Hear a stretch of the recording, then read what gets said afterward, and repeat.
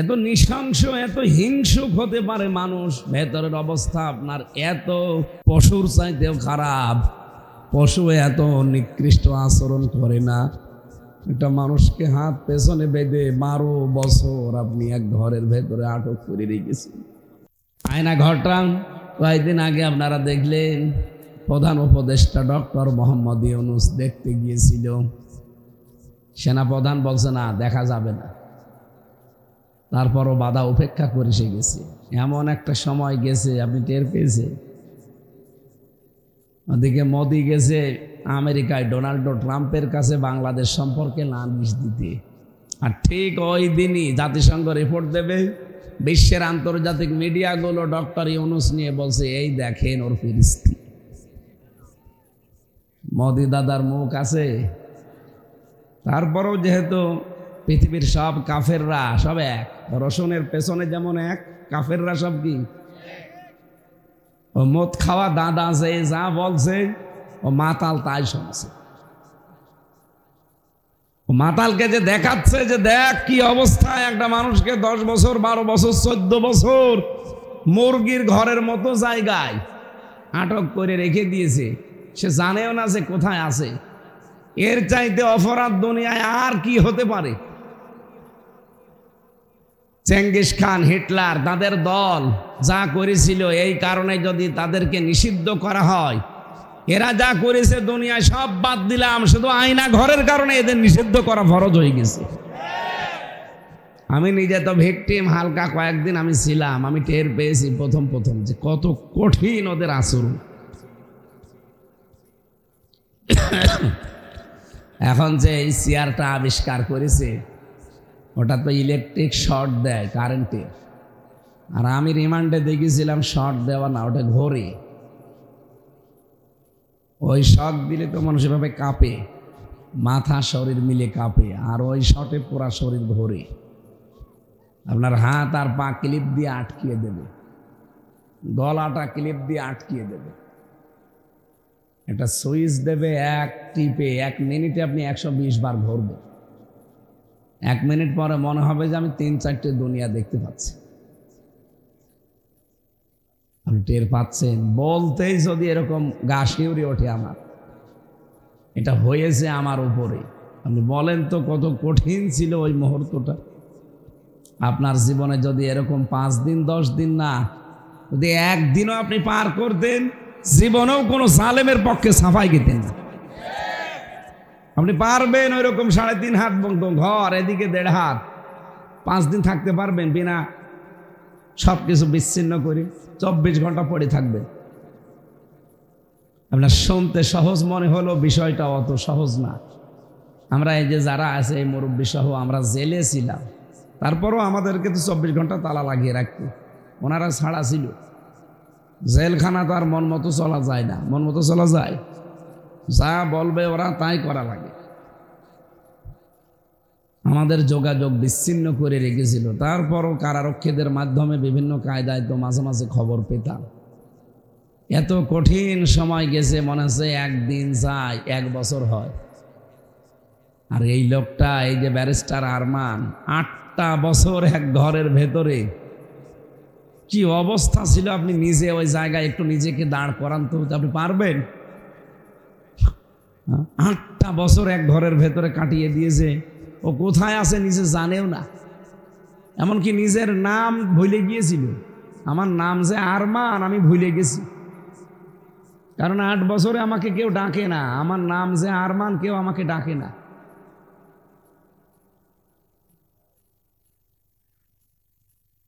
তাও এমনি গ্রাম্য চাষা ভোষা কোনো মানুষ হলেই হতো। ছেলেটা ব্যারিস্টার। আপনি টের পাচ্ছেন কি বলছি? এই কঠিন পরিস্থিতি যে মানুষগুলো তৈরি করলো, এই হিংসার কারণে। কিসের কারণে? যার যার উপরে তার হিংসা ছিল, রাগ ছিল, ঠিক তারই নষ্ট করে দিয়েছে। এই জন্য সরঞ্জিত বাবু বলেছিল, বাঘে ধরলে ছাড়ে, হাসিনা ধরলে ছাড়ে না। আসলেও তাই, যারে ধরেছে তার শেষ। এই জন্য শাবে বরাত বলেন, নিসফে শাবান বলেন, যত গুরুত্বপূর্ণ রাত বলেন, আপনার মাপ নেই যদি আপনার হিংসা ভেতর থেকে দূর না হয়। সুতরাং আজকের এই রাত গুরুত্বপূর্ণ, ঠিক আছে, সবার জন্য না। এই দুইটা গুণ যাদের ভেতরে আছে এখনই তওবা করে বাড়ি যাওয়া লাগবে, যে না, জীবনে আর এরকম কোনো কাজে আমি নেই। প্রথম কি বললাম? শিরিক। বলেন বলেন। আল্লাহ রাব্বুল আলামিন বলেন হামিম। এটা নবীজির নাম কেউ কেউ জানিয়েছেন, কোন কোন মুফাসসির বলেন না, এটার অর্থ শুধু আল্লাহ জানে আর কেউ জানে না। 2 নম্বরে ওয়াল কিতাবিল মুবিন, স্পষ্ট কিতাবের কসম করে বলছি। আল্লাহ নিজে যেহেতু কসম দিচ্ছেন, বিষয়টা একেবারে সহজ না, গুরুত্বপূর্ণ বিষয়। তিনি কসম দিলেন স্পষ্ট কিতাবের, কি জানাতে চাইলেন? ইন্না আনজালনাহু ফি লাইলাতিন মুবারাকাহ, অবশ্যই আমি আল্লাহ মহিমান্বিত রজনীতে অথবা বরকতময় রাতে এই কোরআনকে নাযিল করেছি।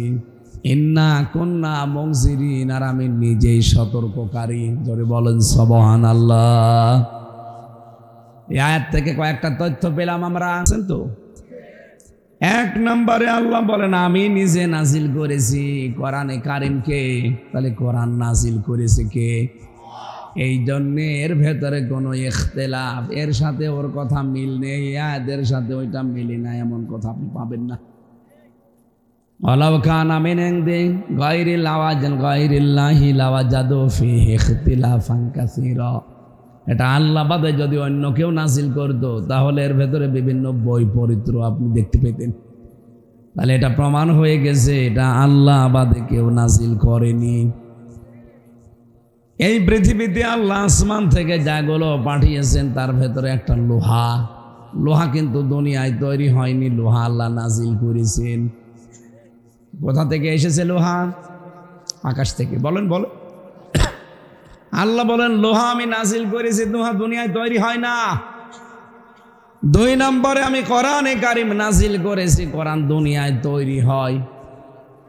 আরো আসতে বলেন। যেগুলো আসমানে তৈরি হয়, ওই জিনিসগুলো আসমান থেকে আমার আল্লাহ পাঠায়। এই যে বৃষ্টি তৈরি হয় দুনিয়ায়, কোথায়? আরো জোরে বলেন। মানুষের ভেতরে যেটা নড়াচড়া করে, যার কারণে আমরা কথা বলতে পারি, ওই জিনিসের নাম রুহু। নাম কি? রুহুকে দুনিয়ায় তৈরি হয় কোথায়? রুহু যেখানে তৈরি হয় ওখানে তার খাবার আছে। দুনিয়ায় যেহেতু তৈরি হয়েছে আমাদের এই বডি, এই জন্যে দুনিয়ায় এই বডির খাবার আমার আল্লাহ দুনিয়ায় তৈরি করে দিয়েছেন। যেখানে যেটা তৈরি হয় সেখানে তার খাবারও তৈরি হয়। আল্লাহ রুহ বানিয়েছেন আসমানে, কোরআনে কারিম তৈরি করেছেন আসমানে, লোহা বানিয়েছেন আসমানে, বৃষ্টি তিনি তৈরি করেন আসমানে। এই জন্য ওইগুলো সব আমার আল্লাহ নাজিল করেছেন, আর ওর ঔষধও তার কাছে আছে। আমরা দুনিয়ায় এসেছি, আমাদের বডি তৈরি হয়েছে দুনিয়ার বীর্য দিয়ে। এই যে ঘাস, ফসলাদি, ফল ফলাদি, এগুলো সব মাটি থেকে উৎপন্ন হয়। এগুলো আমার বাবা আর মা খেয়েছে। বাবার বীর্যটা মায়ের রেহেমের ভেতরে পড়েছে। আসলে কিন্তু মাটি, আসলে কি? আপনি বীর্যটা এক জায়গায় ফেলে রাখেন, দেখেন রোদ যখন ওর উপরে পড়বে, কিছুক্ষণ পরে দেখবেন শুকিয়ে দানা বেঁধে গেছে। ওটা কয়েকদিন পরে মাটির সাথে দেবেন, একেবারে মাটি মিহি করে ফেলবে, মিশে যাবে।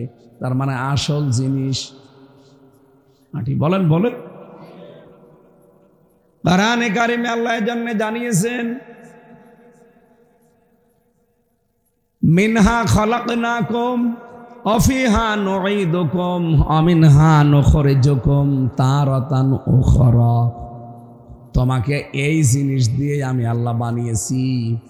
এই জিনিস মানে সরাসরি যদিও আল্লাহ আমাদেরকে মাটি দিয়ে বানাননি, হ্যাঁ একজনকে আল্লাহ মাটি দিয়ে বানিয়েছিলেন, তার নাম কি? আদম আলাইহিস সালাম। শুধু একটা মানুষকে আল্লাহ সরাসরি মাটি দিয়ে বানিয়েছেন, আর আমাদেরকে আল্লাহ বানিয়েছেন মাটির নির্যাস দিয়ে। খলাকাল ইনসানা মিন সালসালিন কাল ফাখর। আল্লাহ পাক বলেন মানুষ আমি ঠনঠনে মাটি দিয়ে প্রথমে বানিয়েছিলাম, আর তোমরা যারা আদমের সন্তান কিয়ামত পর্যন্ত দুনিয়ায় আসবে, কাউকে সরাসরি মাটি দিয়ে বানায়নি, মাটি থেকে যা উৎপন্ন হয় ওইটা দিয়ে, তার মানে নির্যাস দিয়ে। বিজ্ঞান প্রমাণ করছে মাটি দিয়ে যেহেতু আদমকে বানানো, মাটির ভেতরে কমপক্ষে 10টা উপাদান পাওয়া যায়। কয়টা? আপনি আমাদের শরীরের ভেতরে এখন আপনি মেরে ফেলেন, আমাকে কোনো মেশিনের ভেতরে শুকিয়ে ফেলেন, দেখবেন 10টা জিনিস একটা একটা করে বের হবে। এই মাটি এখান থেকে তুলে নিয়ে যান গাজীপুরের মৃত্তিকা গবেষণাগার আছে, মাটি গবেষণা করে, ওখানে নিয়ে আপনি পরীক্ষা করবেন, দেখবেন 10টা জিনিস একটা একটা করে বের হয়ে চলে আসবে। এ মাটির ভেতরে আছে silicon, iron, magnesium, potassium, oxygen, hydrogen, nitrogen. 10টা জিনিস আল্লাহ এক জায়গায় করে মাটি বানিয়েছেন। রব্বুল আলামিন বলেন, মানুষকে আমি আল্লাহ মাটির নির্যাস দিয়ে তৈরি করলাম, এরপরে দুনিয়ার এই ময়দানে নিয়ে আসলাম। বাবা মায়ের দায়িত্ব শুধু ছিল বিছানায় থাকা, বাকি তারা কিছুই করেনি। ওই বীর্যটা থেকে শুরু করে হামজা পর্যন্ত আমি আল্লাহ নিজে বানিয়েছি। আর কারো কি কোনো ভূমিকা আছে? না। বাবা তো বীর্যটা ফেলেই দিয়েছিল, ওইটা যদি আমার আল্লাহ নষ্ট করে দিতেন, কিয়ামত পর্যন্ত দুনিয়ায় আপনি আসতে পারতেন। আপনি কি নিয়ে মাস্তানি করেন? কি নিয়ে আপনার এত অহংকার?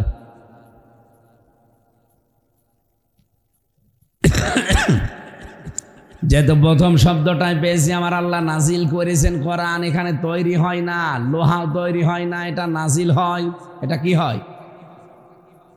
আল্লাহর কোরআনে কারিমে যে তথ্যগুলো আমার আল্লাহ দেবেন, যেহেতু আল্লাহর বিষয়ে আমাদের কোনো আপত্তি নেই যে তিনি 5 জন বা 10 জন।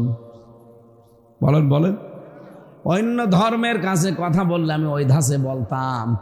এই যে সিঙ্গাপুর, মালয়েশিয়া, থাইল্যান্ড সহ কয়েকটা দেশে গিয়েছিলাম, সেখানে বেশিরভাগ ইহুদি, খ্রিস্টান, বৌদ্ধ।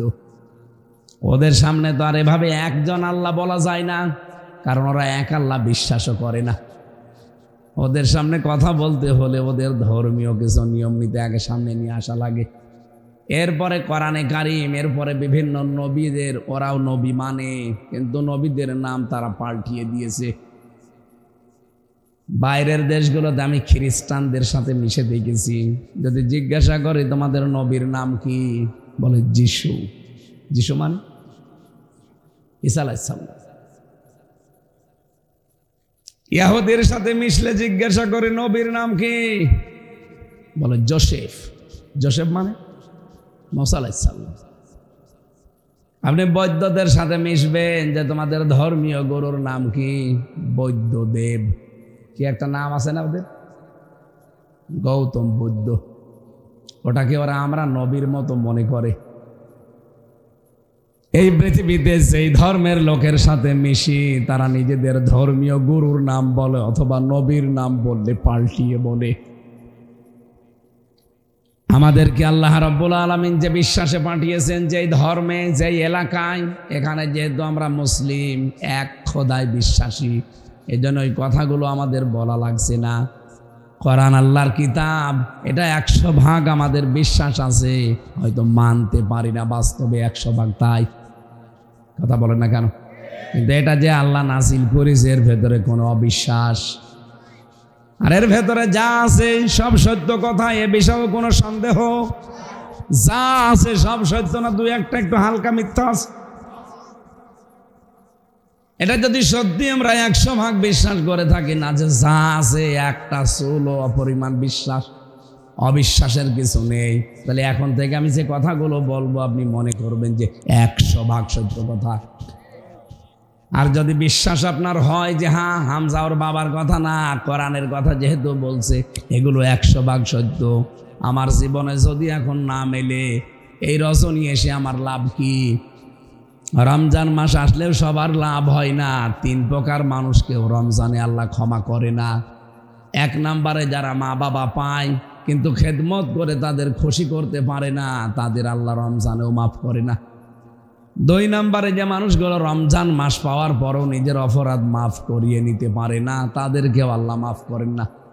3 নম্বরে বিশ্ব নবীর নাম শোনার পরে যারা যথাযথভাবে দরুদ পড়ে না, তার মানে কি?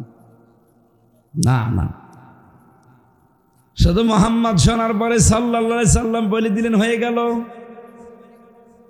ইন্নাল্লাহা ওয়া মালাইকাতাহু ইউসাল্লুনা আলান নাবী ইয়া আইয়ুহাল্লাযীনা আমানু সাল্লু আলাইহি ওয়া সাল্লিমু তাসলিমা। কি বলা হয় এখানে? আপনি সারা জীবন তো শুনছেন এই আয়াতটা। আল্লাহ বলেন, অবশ্যই আমি আল্লাহ নিজে আর আমার যত ফেরেশতা বানিয়েছি সবাই। এখানে আল্লাহ মালাকুন দেননি, মালাইকা বহুবচন। যত ফেরেশতা আল্লাহর আছে সবাই, এবং আমি আল্লাহ নিজে মিলি আমার রাসূলের উপরে দরুদ পড়ি।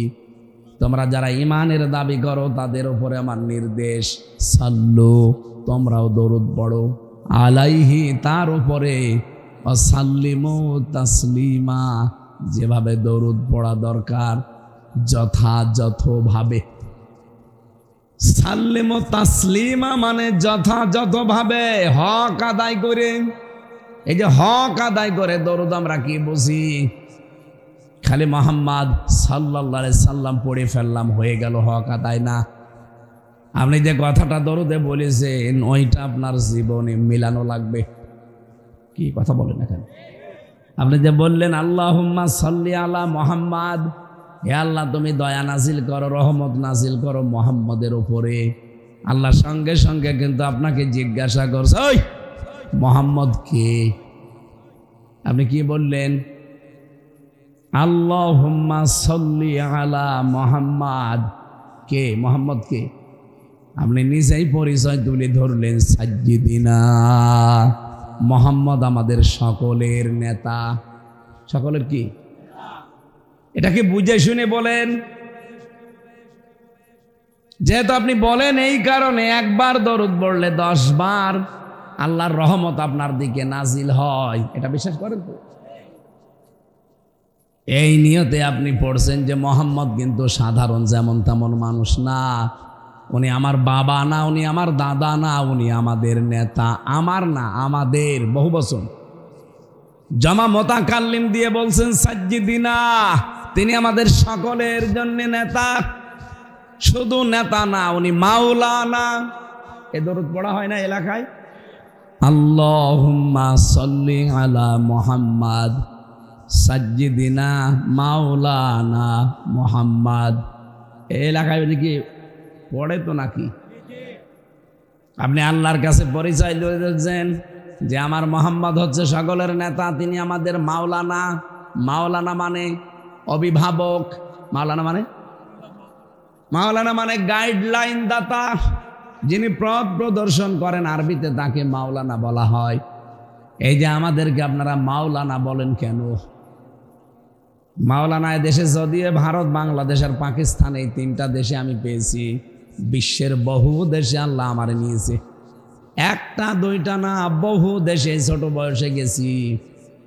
আমি আকিস গ্রুপে যেহেতু খতিব ছিলাম, এই কারণে ওরা আমারে নিয়েছে। তো একবারে ভিসা লাগিয়ে দিলে 50 কি 27টা দেশে যাওয়া যায়। সেই হিসাবে বিশ্বের বহু দেশে ওদের ব্যবসা চলে প্রায় 75টা দেশের উপরে। আকিস গ্রুপ নাম শোনেননি?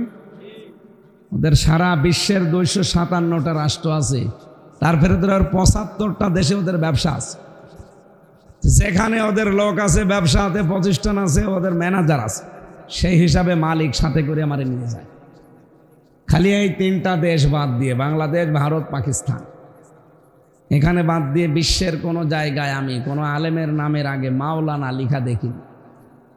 তারা লেখে শায়েখ, কি লেখে? অথবা লেখে মহতারাম, অথবা লেখে উস্তাজ। কিন্তু মাওলানা শুধু বাংলাদেশে, ভারতে আর পাকিস্তানে, এই 3টা দেশে যারা লেখা পড়ে হয় দাওরা পাস করে, নাই কামেল পাস করে, তাদের লিখে দেয় কি? কেন লেখ? মাওলানা শব্দের শাব্দিক অর্থ কি বললাম? পথ প্রদর্শনকারী। আমরা যেহেতু একটা লেভেলে পৌঁছাই, কামেল পাশ করে, কামেল মানে পরিপূর্ণ, কামেল মানে কি? প্রথমে দাখিল পাশ করা লাগে, দাখিল মানে প্রবেশ করা। আমি ইসলামের কিছু নিয়ম নীতি জানছি, এই জন্য ইসলামের ভেতরে আসলাম। 2 নম্বরে বলা হয় আলিম। আলিম মানে জ্ঞানের রাজ্যে আমি প্রবেশ করছি, আমি এখনো জ্ঞানী হয়ে পারিনি, জ্ঞানের রাজ্যে আমি যাচ্ছি, এই জন্য ইন্টার পাস বা আলেম পাস করলে মানুষ এই। 3 নম্বরে বলে ফাজিল। ফাজিল মানে ফাজিল, ফাজিল মানে ফজিলত, ফাজিল মানে কি? মর্যাদা। ফাজিল পাস যারা, তারা মর্যাদায় উত্তীর্ণ হয়। আর কামেল, কামেল মানে টাইটেল পাস বলে। কামেল মানে পরিপূর্ণ, তার মানে ইসলামের যে পরিপূর্ণ বিধান আছে আমি জেনেছি কিন্তু এখনো মানতে পারিনি, এইটা আমি এখন নিজের জীবনে মানব আর মানুষকে আমি এই পথ দেখাবো। এই জন্যে সরকারিভাবে নামটা মাওলানা দিয়ে দেয়। তাছাড়া মাওলানা কি কোনো সার্টিফিকেট? সার্টিফিকেটের নাম কি? কামিল। নাম কি? কামিলের ভেতরে আবার 4 প্রকার আছে। কেউ হাদিস নেয়, কেউ ফেকা নেয়, কেউ আরবি সাহিত্য নেয়, কেউ তাফসির নেয়। আমি পড়েছিলাম ফেকা নিয়ে, এই জন্য আমার মুফতি লেখে। যারা হাদিস নিয়ে পড়ে ওদেরকে মুহাদ্দিস দেয়, যারা তাফসির নিয়ে পড়ে কোরআন নিয়ে তাদেরকে মুফাসসির দেয়, আর যারা আরবি সাহিত্য নিয়ে পড়ে তাদেরকে আদব বলা হয়। তো দেখেন, এই কামেলে যাওয়ার পরে 4 শ্রেণীতে ভাগ হয়ে যায় মানুষ। এটা কোনো সার্টিফিকেটের নামও না যে মাওলানা, এটা একটা সার্টিফিকেট না। মাওলানা সার্টিফিকেট না কামিল সার্টিফিকেট। এটা পাশ করার পরে জনগণ সরকারের পক্ষ থেকে আমরা সারা দেশে যেখানে যাই, হয় বললাম যে ফেকা নিয়ে মাসলা মাসাইল নিয়ে পড়াশোনা করলে তারে মুফতি বলে, ফকি বলে, এই যে আমারে বলছে। এখানে যারা হাদিস নিয়ে পড়েছে, যারা মাদ্রাসায় মুহাদ্দিসগিরি করে, হাদিস যারা পড়ায় তাদেরকে কি বলে? আর হাদিস পড়াতে পড়াতে একটা লেভেলে যখন চলে যায়, অন্তত 12 বছর, তখন তারে বলে শাইখুল হাদিস। শায়েখ মানে বুড়ো, শায়েখ মানে কি? বুড়ো বা পণ্ডিত। আর হাদিস মানে নবীজির হাদিস, তার মানে হাদিসের ওপরে যার পাণ্ডিত্য আছে, গভীর জ্ঞান আছে, আল্লামা শাইখুল হাদিস মামুনুল হক বলে না? ওনার নাম ধরলে মানুষ কি বলে? শাইখুল হাদিস এবনে শাইখুল হাদিস, শাইখুল হাদিসের ছেলে শাইখুল হাদিস। ওনার বাবাও এরকম বছরের পর বছর পড়িয়েছে বুখারী শরীফ, উনিও এরকম পড়াচ্ছে। আমরা যেটা এখান থেকে আপনাদের বোঝাতে চাই, কামেল পাস এটা একটা সার্টিফিকেট। এইটা করলে আমরা তাদেরকে মাওলানা বলি, যেহেতু তারা ইসলামের গাইডলাইন মানুষকে দেয়। আমাদের গাইডলাইন দাতা আমরা স্বীকার করলাম নবী মুহাম্মদুর। সুতরাং এখন থেকে আপনি বেছে নেবেন, আপনার গাইডলাইন দেবে এই দেশে কোনো ভণ্ড পীর না, আপনাকে গাইডলাইন নেওয়া লাগবে মুহাম্মদুর রাসূলুল্লাহর কাছে। আপনি দেখেন তার জীবনে শবে বরাত ছিল কিনা, যদি থাকে আপনি পালন করবেন, যদি না থাকে আপনি সে গাইডলাইন নিতে পারবেন না। এক কথা বলেন না কেন? হযরতে আয়েশা থেকে বর্ণিত, তিনি বলেন, গভীর রজনীতে দেখলাম নবীজি আমার পাশে নেই। আমি খুঁজতে আরম্ভ করলাম, যে দেখি পাশে জান্নাতুল বাকি, ওখানে যেদিন অঝর নয়নের সেজদা, অঝর নয়ন মোনাজাতে কাঁদতেছেন। আমি তা অনেকক্ষণ পর্যন্ত তার সাথে পেছনে হাত তুলে দাঁড়িয়ে আছি। তার কান্না শেষ হয়ে গেল। ডাক দিয়ে মনে করলাম জিজ্ঞাসা করি, হে নবী আপনি এখানে কেন? হঠাৎ নবী নিজেই আমাকে জিজ্ঞাসা করলেন, আয়েশা তুমি কি মনে করছো আল্লাহ রসুল তোমার ওপরে অবিচার করতে পারে? হে রাসূল আপনি এ কথা বললেন, আর আমাকে খুঁজতে খুঁজতে বাড়ি থেকে ঘর থেকে তুমি একেবারে কবরস্থান পর্যন্ত চলে এসেছো, তুমি মনে করছো আমি অন্য স্ত্রীর ঘরে চলে গেছি? তোমার কি বিশ্বাস হয় যে আল্লাহ এবং রাসূল কারো ওপরে জুলুম করতে পারে? বলে না। হে নবী আপনি এখানে আসলেন কেন? নবীজি ওই দিন বলেছিলেন, আয়েশা তুমি কি জানো আজকে কোন রাত? বলে আল্লাহ আর রাসূল ভালো জানি। নবীজি ওই দিন বললেন, এটা লাইলাতুন নিসফে মিন শাবান, শাবান মাসের মধ্য রজনী। আল্লাহ রাব্বুল আলামিন এই রজনীতে তার সৃষ্টি জগতের প্রতি বিশেষ নজর দেন। এটা জিবরাইল আমাকে যেহেতু জানিয়েছে, এই জন্য আল্লাহর বিশেষ নজর আজকে চলছে। কবরবাসীরা তো অসহায় হয়ে পড়ে আছে। নবীজি বলেন, একটা মানুষ কবরে চলে গেলে সে যেন সাগরের মাঝখানে পড়ে থাকে। সাগরের মাঝে যদি নৌকা, ট্রলার, লঞ্চ ডুবে যায়, একটা যদি তক্তা হাতে পায় তাও সেইটাই বুকের ভেতর নিয়ে ভাসতে থাকে। একটা মানুষ কবরে গেলে মানুষটা যেন সাগরের ভেতরে নৌকাবিহীন পড়ে আছে। একটা গাছের পাতাও যদি পায় সেইটাও সে আটকিয়ে ধরে বাঁচতে চায়, ভাসতে চায়। এই পৃথিবীর ময়দান থেকে যারা বিদায় নিয়ে কবরে আছে, আমরা যদি এখন তাদের জন্য অন্তত আল্লাহর কাছে মাগফিরাত কামনা করি, মহান আল্লাহর সাগরে যে লোকটা একটা তক্তা পেয়েছে, ওর কবরের ভেতরে এরকম একটা কিছু পৌঁছিয়ে দেবে। এই জন্য আজকে এদের জন্য আমি একটু মোনাজাতে কাঁদছি। ও আয়েশা, বনি কেলাব গোত্রের যত ছাগল আছে, বকরি আছে, তাদের শরীরে পশম আছে। এই পশম পরিমাণে অপরাধ নিয়ে যদি কোনো মানুষ আজকে কান্নাকাটি করে, আল্লাহ তারে মাফ করে দেবে। ওই দিনই নবীজি কিন্তু ওই দুইটা কথা বলেছিলেন। এক নম্বরে আল্লাহ শুধু মাফ করবে না, আজকের রাতে যারা শিরিক করে, কি করে আরো জোরে, দুই নম্বরে যারা হিংসুক, বিদ্বেষ পোষণ করে অন্যের প্রতি। বাংলার মুসলমানেরা, নারী পুরুষ যারাই শুনছেন, আমি আপনাকে বাঁচাতে চাই। আজকে থেকেই শিরিক মুক্ত জীবন না গঠন করলে সবে বরাত মাঠে মারা যাবে। কথা বলেন না কেন? আমি এক কথায় জবাব দেই, শিরিক কি বললাম?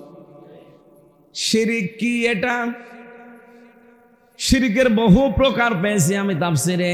শিরিক বিল জাত, শিরিক বিল সিফাত, শিরিক বিল ইখতিয়ার, শিরিক বিল হুকুক। এটা আবার ভাগ ভাগ ভাগ ভাগ করলে 120 প্রকার হয়। আমি নিজে তাফসিরে 120 প্রকার পেয়েছি। এক কথায় সব কিছু সামারাইজ করে ওই যে এক কথায় জবাব দেয় না, এরকম বাক্য শোনেননি? এক কথায় জবাব হচ্ছে, আল্লাহ যেটা পারে ওইটা অন্য কেউ পারে, এই বিশ্বাস করার নাম শিরিক। কথা বোঝেন? আল্লাহ যেটা পারে ওইটা অন্য কেউ পারে, এই বিশ্বাস করার নাম। এবার রাজনীতি মনে না করে বাস্তবতায় বোঝেন। এই যে কোরআন শরীফ, আল্লাহর কসম আমি মাথার উপরে নিয়ে বলছি, আপনাকে আমি বাঁচাতে চাই। আমি দেখতে পাচ্ছি এই সবে কদরে আপনি নামাজ পড়বেন, আপনি জিকির করবেন, কান্নাকাটি করবেন, কিন্তু মাঠে মারা যাবে, কিছুই হবে না যদি আপনি মুশরিক হয়ে থাকেন। এক কথা বলছেন না কেন? যেহেতু শিরিক আছে, আর শিরিক করলে সে মুশরিক। আপনার 80 বছর বয়স, তাতে কি হয়েছে? 80 বছরে দাড়ি পাকা মানুষ যদি হাঁ করে কান্নাকাটি করে, জীবনও মাফ হবে না যদি আপনার শিরিক থাকে। কি কথা বলেন না কেন? এই জন্য শিরিক যেন না থাকে, ভালো করে খেয়াল করেন। আমি আবার বলছি, আল্লাহ যেটা পারে ওইটা অন্য কেউ পারে, এই বিশ্বাস করার নাম। এদেশে বহু মানুষের ভেতরে বিশ্বাস আছে, আল্লাহ যেটা পারে ওইটা অন্য কেউ পারে, বিশ্বাস তারা করে না। মানে আমি এবার একটা কথা বলবো, আপনি কি নিজের দিকে টেনে নেবেন না সংশোধন হবেন? এই জমিন আমার আল্লাহ বানিয়েছে, এটা বিশ্বাস করেন? আমি তো আগেই বললাম, কোরআনে আল্লাহ যা দিয়েছে একটা কথাও মিথ্যা নেই, সন্দেহ। তাহলে লিল্লাহি মা ফিস সামাওয়াতি ওয়া মা ফিল আরদ, এই আসমান জমিন সব কার? লাহু মুলকুস সামাওয়াতি ওয়াল আরদ, আসমান জমিনের রাজত্ব কার? এখানে ক্ষমতায় একচ্ছত্রভাবে চলে কার? আমাদের কিছুই চলে না, কারণ আমরা আমাদের 3.5 হাত বডিও আমার কথা শোনে না, আপনার নাকও আপনার কথা শোনে না। আপনি যদি টয়লেটে বসে বলেন আমি কিন্তু অফিসার র্যাবের, আমি নাক ধরবো না, গন্ধ যেন না আসে, নাক বলবে বেটা আগে আমার সিপি ধর। কথা বলে না কেন? তার মানে কি বুঝলেন? আপনার নাক আপনার কথা, আপনার কান এটা শোনে আমার আল্লাহর কথা। উনি যেহেতু আদেশ দিয়েছে, কান যতদিন হামজার সাথে আছি এর কথা শুনবে। এখন যদি বলেন আমি কথা শুনতে চাই না কিন্তু আমি কান ধরবো না, হবে? আপনি যদি কথা শুনতে না চান তাহলে কানের ওপরে যে নোটিশ করা আছে ওটার বিপরীত কাজ করা লাগবে। কি সেটা বন্ধ করা লাগবে। এই যে এখন আমি কিছু শুনতে পাচ্ছি না, আপনি আমার গালি দিলেও শুনতে পাচ্ছি না, কারণ কানের বিপরীত কাজ করে ফেলেছি। কি আমি মুখ দিয়ে কথা বলতে বলতে এখন যদি মনে মনে করি না আমি কথা বলবো না, এই মুখ তো যেন নড়াচড়া করবে না, এদিকে মুখ নড়ছে, তার মানে কারো উপরে আপনার কোনো কন্ট্রোল। এমনকি আপনাকে আল্লাহ যদি টাইট করতে চায় যে ওর একটু টাইট দেব, আল্লাহর কিন্তু কোনো সৈন্য বাহিনী পাঠানো লাগবে না, শুধুমাত্র 2 বার পায়খানা আর 3 বার বমি। এই কথা বলছে না কেন? তাড়াতাড়ি ধর ধর কর, কোথায় নিয়ে যাবেন? মতলবে নিয়ে চল। পড়ে আছেন স্যালাইন দেওয়া, বউসে জিজ্ঞাসা করছে ও গো তোমার কি হয়ে গেল? বলছে ও মা আমি মনে হয় বাঁচবো না। 2 বার পায়খানা 3 বার বমিতে বউকে মা বলে ফেলেন আর আপনি মস্তানি করেন। বিজ্ঞান প্রমাণ করছে আমাদের শরীরের ভেতরে রক্তে 5 প্রকার ক্যান্সার হয়। কত? এই 3.5 হাত বডির ভেতরে এখন 5.5 কেজি রক্ত আছে। এটা 280 মাইল বেগে রক্ত চলছে, একেবারে মাথার তালু থেকে পা পর্যন্ত 280 মাইল বেগে চলাচল করছে রক্তগুলো। এর ভেতরে আমার আল্লাহ যদি 5 প্রকারের 1 প্রকার ক্যান্সার লাগিয়ে দেয়, 14 বংশ বিক্রি করে একটা ঔষধের পয়সা হবে না, আর আপনি মস্তানি করেন। আমি তো মাঝে মাঝে একা থাকলে ভাবি যে আল্লাহ মানুষ মস্তানি করে কি নিয়ে? ওর তো কোনো কিছু আন্ডারে নেই, শব্দ তোমার আন্ডারে। এই জন্য আল্লাহ জানিয়েছেন আলা আলাহুল খালক ওয়াল আমর, এই জমিন আমি বানিয়েছি, এখানে বিধান চলবে কার? আরো জোরে বলেন, আরো জোরে। এদিকে তাকান। এই জমিন যেহেতু আল্লাহ বানিয়েছে, বিধান আল্লাহর চলবে। কি মনে হচ্ছে আপনার? রাজনীতি মনে করেন কোন কারণে? আপনি কেন অন্যদিকে টেনে নিয়ে যান? এ দোষ আপনার ভেতরে যা আছে আমি দেখতে পাচ্ছি। বাংলার বহু মানুষ আজ বিশ্বাস করে ক্ষমতার উৎস জনগণ, অথচ ক্ষমতার মালিক কে? আল্লাহ বলেন আলা আলাহুল খালক ওয়াল আমর, বানিয়েছি আমি, হুকুম চলবে আমার। সুতরাং আল্লাহর আইন বাদ দিয়ে মানুষের আইন যারা জমিনে প্রতিষ্ঠা করার জন্য দল করেন, ভোট করেন, রাজনীতি করেন, আপনি মুশরিক। বলেন বাংলাদেশে এরকম মানুষ আছে না? অথচ এই মানুষগুলো আজকে মসজিদে যে বলবে আল্লাহ মাফ করে দিন, বলে না তুই তো মুশরিক, মাফ হবে না। এত সহজ ভাষায় বলার পরও মানুষ বোঝে না, বলে না উনি রাজনীতি করছে। শয়তান তোরে যেদিন ফেরেশতা বাঁশ দেবে ওই দিন টের পাবে। বলেন তো এর চাইতে সহজ করে আর কি বলা যায়? আলা আলাহুল খালক ওয়াল আমর কোরআনে আপনি বললেন যে এর সন্দেহ নেই, কোরআনে যা বলিস আল্লাহ সত্য বলিস। ওই আল্লাহর কথা সূরা আরাফের 54 নম্বর আয়াত, আমি বানিয়েছি আইন আমার চলবে। কেন আপনি অন্যের আইন এখানে প্রতিষ্ঠা করতে চান? বলেন আপনি তো মুশরিক। আল্লাহ যেটা পারে ওইটা অন্য কেউ পারে না। আইন বানাতে পারে কে? সুতরাং অন্য কেউ পারে না এটা, যারা বানাবে তারা মুশরিক। আর ওই মুশরিক হয়ে আপনি নিজে এখন সবে বরাতে যে বলবেন আল্লাহ আমার ভুল হয়ে গেছে মাফ করুন, না, মন থেকে যদি ফিরে আসতে পারেন মাফ হবে এই রাতে। আর যদি লোক দেখানোর জন্য যান আবার সকালবেলা বাবা শাহজালাল সব হালাল, আপনি ইয়ার কি করার কারণে আপনার কিন্তু খবর আছে সামনে, এমন বিপদে আল্লাহ ফেলে দেবে। আমার কথা না বোঝার ভান করে আছেন কারা? হাত তোলেন তো। আলহামদুলিল্লাহ এই মাহফিল সাকসেস। যে কয়টা মানুষ এসেছে আর যেহেতু রেকর্ড হচ্ছে, তাম বাংলাদেশের মানুষ যদি এভাবে আপনাদের মতো বুঝে ফেলে তে এই দেশে ইসলাম কায়েম হতে আর কয়দিন লাগার কথা? বলেন সবাই বুঝেছেন না যে মুশরিক কারে বলে?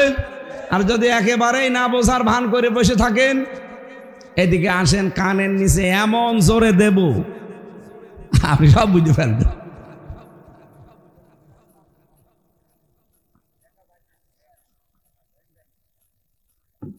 তাহলে আমার বোঝানোর বিষয় ছিল আল্লাহ মুশরিকদেরকে যেন মাফ করবে না। আমরা কোনো শিরিকের ভেতরে নেই। আপনারা আমল কম হোক, আপনার আমল মামল একটু কম হোক, অসুবিধা নেই, আল্লাহ জান্নাত দেবে, কিন্তু শিরিক থাকলে হবে না। অকাদিমনা ইলা মা আমিলু মিন আমালিন ফাজআলনাহু হাবাম মানসুরা। দুনিয়ার ময়দানে কেউ যদি শিরিক মিশ্রিত আমল নিয়ে আল্লাহর কাছে যায়, ওইটা ধুলি কণার মতো মুখের উপর আল্লাহ নিক্ষেপ করবে। ইন্নাহু মা ইউশরিক বিল্লাহি ফাকাদ হারামাল্লাহু আলাইহিল জান্নাহ। কোন মানুষ যদি শিরিক করে, আল্লাহ বলেন কিয়ামতের দিন ওরে আমি আল্লাহ জান্নাত হারাম করে দেব। মাআওয়াহুন নার, তার স্থান হবে জাহান্নামের আগুন। আমালিজ জালিমিনা মিন আনসার, এদের জন্য কোনো সাহায্যকারীও থাকবে না। বলেন নাউজুবিল্লাহ। এজন্য আজকে থেকে এখনই আমরা পবিত্র হব শিরিক থেকে। জীবন চলে যাক, শিরিক করব। হযরত লোকমানের নাম শুনেছেন আপনারা? এই লোকটা এত কালো ছিল, হাড়ির তলা দেখেছেন, এর চাইতেও কালো। তো চেহারার যে বর্ণনা আমি তাফসিরে পড়েছি, ঠোঁট ছিল মোটা, এরপরে ঠোঁট ঝোলা, শরীরের যে বর্ণনা দিলাম, এ একবার দেখলে আর একবার দেখতে মন চাবে। ছাগলের কান কাটার মতো ছিল তার কান, চুলগুলো ছিল উস্কো খুস্কো, গরিব মানুষ তো, রাখাল ছিল, রাখাল। অথচ লোকটাকে আল্লাহ এত বেশি জ্ঞান দিয়েছিলেন। তার জ্ঞান দেওয়ার পেছনে তার কারণটা কি আমি পেয়েছি। তিনি তার সন্তানকে একবার ডাক দিয়ে বলেছিলেন, ইয়া বোনাইয়া লা তুশরিক বিল্লাহ, হে আমার সন্তান, তুমি যাই করো দুনিয়ায় শিরিক করবা না। ইন্না শিরকা লা যুলমুন আযীম, শিরিক হচ্ছে পৃথিবীতে বড় জুলুম। আল্লাহ রাব্বুল আলামিন হযরত লোকমানের এ কথাটা এত বেশি পছন্দ করেছিলেন, এত বেশি তার কাছে মনোপুত হয়েছিল। হযরত লোকমান তো তার ছেলেকে বলেছিলেন, আর আল্লাহ তামাম দুনিয়ার সব ছেলেকে বললেন, তোর মা বাবার সাথে তোর সম্পর্ক কিন্তু আমি আল্লাহর পরেই। হযরত লোকমান পরিচয় করিয়েছিলেন সন্তানকে কার সাথে? আর আল্লাহ নিজের সন্তানকে পরিচয় করাচ্ছেন তার মা বাবার সাথে। এজন্য শিরিক থেকে যদি আমরা আমাদের সন্তান, আমাদের ছেলে মেয়ে, স্ত্রী পুত্র, আমাদের সমাজ, আমাদের দেশবাসীকে আমরা সতর্ক করি, বোঝাতে পারি, বিরত রাখতে পারি, আল্লাহ আমাদেরকেও লোকমানের মতো চিরন্তন করে দেবেন। এমনকি চিরন্তন যে জান্নাত, সে জান্নাতের অধিবাসী আমাদেরকে আল্লাহ বানাবেন। ইন্নাল্লাহা লা ইয়াগফিরু আন ইউশরাকা বিহি ওয়া ইয়াগফিরু মা দুনা যালিকা লিমান ইয়াশা। দুনিয়ার সব অপরাধ আমি আল্লাহ মাফ করে দিলেও দিতে পারি, কিন্তু শিরিক মাফ। আল্লাহ তুমি আমাদের বাঁচাও, বলে না আমিন। 2 নম্বরে যেহেতু আল্লাহ মাফ করবে না, কাদের? বিদ্বেষ পোষণকারী, হিংসুক। এত হিংসা মানুষের মনের ভেতরে, যা আমার হোক অন্যের যেন না হয়। এটার নাম কি? বলেন বলেন। আপনি কি করবেন দুনিয়ায় আপনার হয়ে, অন্যের না হয়ে? কেন? আমার হচ্ছে হোক, ওরও যেন হয়, তাহলে আপনার আমল নষ্ট হবে না। আর আমারই হোক, ওর যেন না হয়, ওরটা যেন আরো নষ্ট হয়। এটা করলে আপনি যাই করছেন, নামাজ রোজা দান সাদকা সব ধ্বংস হয়ে যাবে। কাঠে আগুন লাগলে যেমন কাঠ পুড়ে শেষ হয়ে যায়, ভেতরে হিংসা থাকলে ঠিক ওইভাবে পুড়ে যায়। গল্প পড়েছিলাম, এত হিংসা একটা লোকের মনে। এই মাঠে চাষ করতে করতে একটা পাথর পেয়েছে, পাথরটা নিতে নিতে লিখেছে ঘষা। দৈত্য বের হয়ে বলছে, মালিক কি চান? কি চাই মানে? হ্যাঁ, আপনি যা চাবেন আপনাকে আমি তাই দেব, কিন্তু আপনাকে যা দেব আপনার পাশে যে থাকবে তার ওইটা ডবল হয়ে যাবে। আমার দরকার নেই। বাড়িতে যে পাথর রেখে দিয়েছে, স্ত্রীকে বলছে, শোনো, কুদরতের পাথর, চাদর পাথর, এটা আশ্চর্য পাথর। আমি মাঠে গেলাম চাষ করতে, কিন্তু এই ঘষা যেন না লাগে। মেয়ে লোককে যেটা নিষেধ করবে, চুরি করে আগে করবে। যে স্বামী গেছে মাঠে, ও বলছে ঘষা যেন না লাগে, দিয়েছি এক ঘষা। দৈত্য বেরিয়ে বলছে, কি মালিক কি চান? কি চাই মানে? হ্যাঁ, আপনি যা চান আমি তাই দেব। ও তো আর জানে না যে এর ভেতরে কি রহস্য। ও বলছে, কি চাবো? আমার বাড়ি ঘরের অবস্থা দেখো না, এই কুড়ে ঘর, আমি একতলা বাড়ি চাই। ও তো জানে না যে পাশের বাড়ি কয়তলা হবে। স্বামী এসে খুব কষ্ট করে বাড়িতে গিয়ে বলছে, কি কি করেছো? বলছে, কি করবো, পাথর কই? ঘষা দিয়ে ফেলিস। তুমি তো ঘষা দিলে, বাইরে এসে দেখো। পাথর আবার নিয়ে আসো। পাথর নিয়ে এসে ঘষা দিয়ে দৈত্য এসেছে, বলছে কি আবার? বলছে, মালিক কি চান আপনি? বলছে, কি চাই বোঝো না, আমার 1 চোখ অন্ধ করে দে। আমার যদি 1 চোখ কানা হয়ে যায়, সবার কয় চোখ কানা হবে? কি হিংসা! আমি উদাহরণ দিলাম একটা, এরকম হিংসা বাংলাদেশে নেই। আমার হোক, অন্যের যেন না হয়।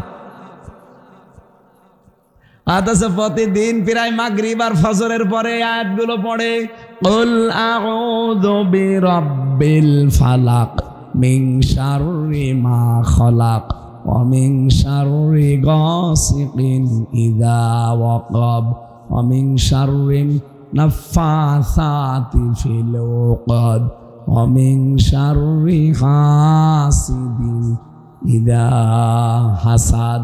হাসাদ মানে কি? হিংসা। বলেন হাসাদ মানে?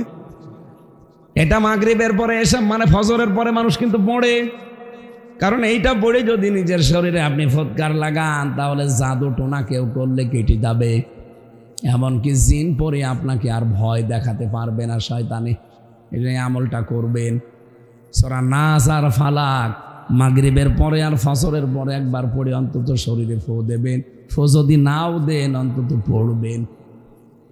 ফরজ নামাজের পরে আয়াতুল কুরসি মাস্ট বি করে নেবেন, একবার পড়াই লাগবে। 2 নম্বরে এই যে নাস আর ফালাক। আর আজকের এই রাতে বিশেষ একটা আমল আছে, আস্তাগফিরুল্লাহ ওয়া আতুবু ইলাই। এইটা যদি এটা না পারেন মুখস্থ করতে, শুধু আল্লাহুম্মা গফিরলি, আল্লাহুম্মা গফিরলি, অথবা লা হাওলা ওয়ালা কুওয়াতা ইল্লা বিল্লাহিল আলিয়্যিল আযীম। পড়াটা যদি নাও পড়েন, বলবেন লা হাওলা ওয়ালা কুওয়াতা ইল্লা বিল্লাহ। এই আমলগুলো এই রাতে আজকে আমরা আরম্ভ করি, নিজেদেরকে শিরিক মুক্ত তৈরি করি। আর হিংসা যাদের আছে ভুলে যান। কি করবেন আপনি হিংসা করে? আল্লাহ যার কপালে যেটা লিখে লিখেছে ওটা কিন্তু হবেই। এতে ফিহা ইফরাকু কুল্লু আমরিন হাকিম। আল্লাহ বলেন, এই গুরুত্বপূর্ণ রজনীতে আমি কিছু সিদ্ধান্ত নিয়ে নেব আজকে। সুতরাং বাংলাদেশে কে কবে জন্মাবে, কে কবে আসবে, কে কবে মারা যাবে, কার ভাগ্যে কতটুকু সম্পদ আছে, এটা আজকেই লিখা হবে। তে আমি হিংসা করে করব কি? কথা বলেন না কেন? কারো ওপরে হিংসা আজকে থেকে না, প্রত্যেকের প্রতি ভালোবাসা বাড়িয়ে দেওয়া লাগবে। ইন্না কুন্না মুনজিরিন। আল্লাহ পাক বলেন, অবশ্যই আমি কিন্তু নিজে সতর্ককারী। সতর্ককারীকে হামজা তো অ্যাডভার্টাইজ করলো, সতর্ককারী আসলে কে? তাহলে আল্লাহর এই সতর্ক বার্তাগুলো এখন বাড়ি নিয়ে যাবেন। কোনোদিন আর কারো প্রতি হিংসা করবেন না। শিরিক যেগুলো আছে জীবনে একটা একটা করে মুক্ত হওয়ার চেষ্টা করবেন। যেহেতু এখানে স্বামীরা এসেছেন, আমি সেলখানায় থাকতে একটু কিছু কিছু টুকে রেখেছিলাম। পরবর্তীতে এসবটা বই বানিয়েছি। পারিবারিক জীবনে স্বামী স্ত্রীর যে সম্পর্ক অবনতি হয়, দাম্পত্য কলহ, এই যে মারামারি, গন্ডগোল, মনোমালিন্য, কথা বন্ধ করা, এটা কেন হয়? এগুলো আমি কোরআন হাদিস দিয়ে। আর জেল খাটে অনেকে এই স্বামী স্ত্রীর গন্ডগোলের কারণে। এ মুরব্বীরা জিজ্ঞাসা করেন, এখন যে জল্লাদ আছে, ইলিয়াস জল্লাদ, চট্টগ্রামে বাড়ি, ওরও মামলায় বোর ফাংশন। ও মা বাবাকে জিনিসপত্র একটু দিত বেশি বেশি, ওই বউ খালি ঘানর ঘানর করে। ওই এমন এক চড় দিয়েছে, ও ছাতা মরি গেছে। ওর মা বাবা এখন এই মার্ডার মামলা দিয়েছে, এখন এই যে মার্ডার মামলার আসামি, পরে এখন 30 বছর তার জেল খাটা লাগে। কি করলো ওই মহিলা? নিজের জীবনটাও শেষ, এখন স্বামী এই যে 30 বছর জেলে। এই জন্য পারিবারিক জীবনে আমাদের ইসলাম দরকার। দাম্পত্য কলহ যেন তৈরি হয় না হয়, কি করলে তৈরি হবে না, ওইগুলো আমার বইতে লেখা আছে। 120 পৃষ্ঠা লিখেছিলাম। ওটা যাওয়ার সময় স্ত্রীর জন্য আর মেয়ের জন্য নিয়ে যাবেন সাথে করে, যে বলবেন পড়ো। নিজেদের জন্য একটা নেবেন, একটা পুরুষের একটা আছে, একটা মহিলাদের একটা আছে। আর পৃথিবীতে মেয়েদের আদর্শ 6 জন নারী, আমি ওই 6 জনের জীবনী লিখেছি, একটা আদর্শ নারী দিয়ে লিখেছি আর দাম্পত্য জীবন নিয়ে। আল্লাহ রাব্বুল আলামিন যে সতর্কগুলো আমাদের করলেন আমরা সতর্ক হব, আমাদের তৌফিক আল্লাহ দান করুন, আল্লাহুম্মা আমিন।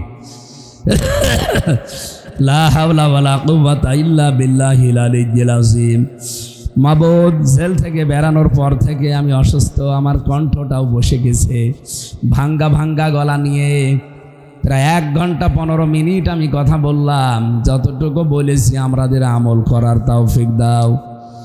আইলা সারাদিন আজকে জার্নিতে আছি, কোথায় সে কুষ্টিয়া, কোথায় চাঁদপুর, সারাদিন সারা রাত লেগে যায় আসতে, বহু কষ্ট করে এসেছি। যতটুকু বললাম, আল্লাহ আমাদের সবাইকে জীবনের শিরিক মুক্ত করে দাও। জীবনে যাদের হিংসা আছে আমাদের হিংসাকে তুমি জীবনের মতো দূর করে দাও। শুধু এই মন আমাদের দিও না যে আমারই হবে, অন্য কারো যেন না হয় না। নবীজির মতো মন তৈরি করে দাও যে আমাদের সবাইকে তুমি দাও। মন থেকে আল্লাহর এই শেখানো দোয়া পড়েন, রব্বানা আতিনা ফিদ দুনিয়া হাসানা ওয়া ফিল আখিরাতি হাসানা ওয়া কিনা আযাবান নার। আল্লাহ তাআলা মা বোনেরা পর্দা আড়ালে আছে, এদেরকে তুমি মাফ করে দাও। এ মাহফিলের আয়োজন দেখো কত সুন্দর করে তারা সাজিয়েছে, মানে হচ্ছে বাসর ঘর বানিয়েছে। নিজেদের বাড়ি ঘরের চাইতে কোরআনের প্রচারের এই মাধ্যমটাকে এত সুন্দর করে যারা সাজালো, এই যুবকদেরকে যে মা পেটে নিয়েছে, মায়ের পেট তুমি ধন্য করে দাও। কোরআনে কারিম থেকে ইনস্পে সাবানের এই দিবাগত রজনী, এখন দিবাগত সময়ে যতটুকু শুনলাম রজনীতে আমল করার তৌফিক দাও। আজকের রাতে যেন আমরা ভালো ভালো কাজে আঞ্জাম দিতে পারি। শুধু মাত্র নামাজ পড়া, শুধু রোজা রাখা না, কে কোথায় খেয়ে আছে, অভাবে আছে, কে কোথায় ঝামেলায় আছে, মামলায় পড়ে আছে, একটু খোঁজ খবর নেওয়া, এইটাও ভালো কাজ। এইরকম ভালো ভালো কাজে আঞ্জাম দেওয়ার সুযোগ করে দাও। আলহামদুলিল্লাহি রাব্বিল আলামিন। লা ইলাহা ইল্লাল্লাহু মুহাম্মাদুর রাসূলুল্লাহ।